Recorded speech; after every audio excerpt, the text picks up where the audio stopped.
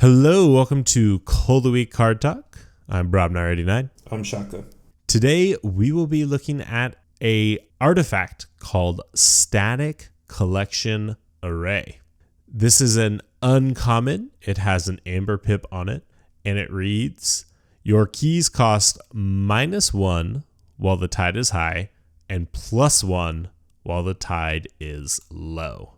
This is going to be a very strong artifact in cross-set play. Anytime that you are leaning into the tide mechanic, you're making it very difficult for your opponent to counter that because the only way that they can is to take 3 chains, which is obviously a huge price to pay.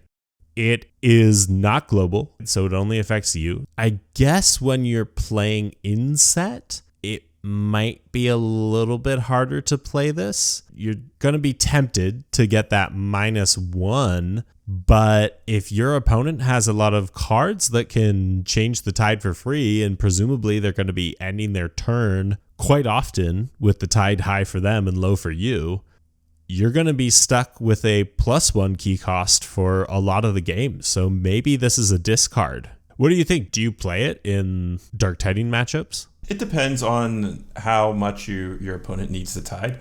If your opponent's deck is all tide cards and they need the tide to do their engine, then I think you discard this because they are already incentivized to take the tide. Right. If you have a tide heavy deck, you know, like, okay, I need a tide anyway, so I might as well just add this and make them really fight for it.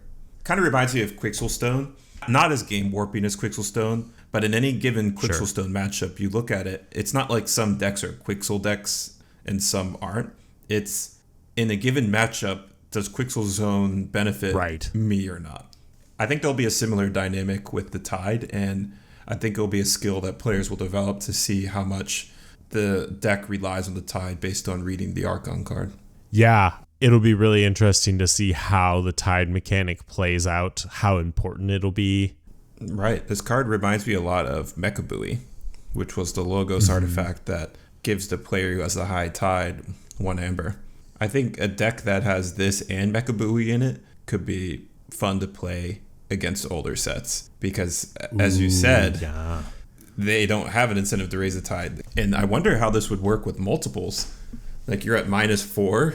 You have 2 Static Collection Arrays and a Mecha Buoy. Suddenly you're playing a really different game. That's true, yeah. Your opponent is going to have to be very, very careful before they pass turn.